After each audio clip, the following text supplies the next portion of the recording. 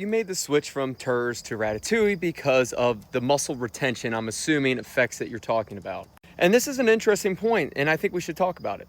And the main consensus on this is that since you're allowed to eat more on Ratatouille than you are on tirzepatide, that the muscle retention on Retatrutide is actually going to be better whether you're doing resistance training and getting adequate protein or not.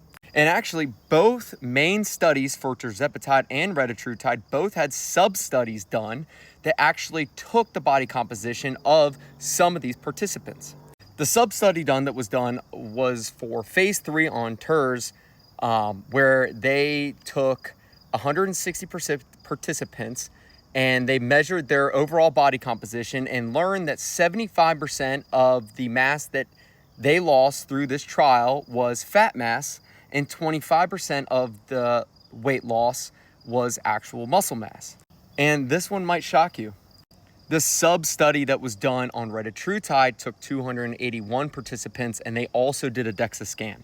Here's the issue, is that about 65% of the weight that was lost was fat mass, and the muscle loss was between 33 to 35%. So according to these sub-studies, which are very small, so don't worry about them, they're very, very minuscule, tirzepatide actually beat out Retatrutide in muscle mass retention.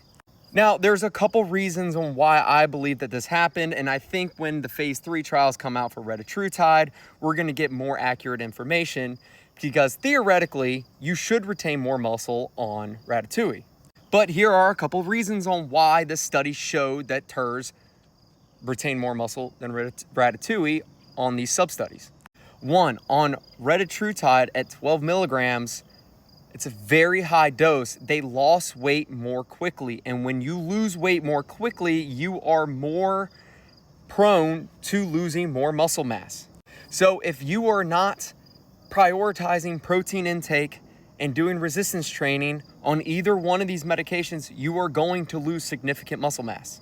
But let's talk about the easiest way to retain muscle no matter which one of these compounds that you're actually on. You have to prioritize protein intake and you have to resistance train. And if you're not doing any of those, you are not going to retain the muscle that you have. Now, I think the sub-study would be a little different if you took a group of bodybuilders who are actually going to prioritize nutrition and do their due diligence on resistance training. The outcomes, in my opinion, would be a little different. I think you would retain more muscle on Retatrutide solely to the fact that you're allowed to eat more. You can eat more on Retatrutide. Anyways, great question, great point. Thanks for bringing it up.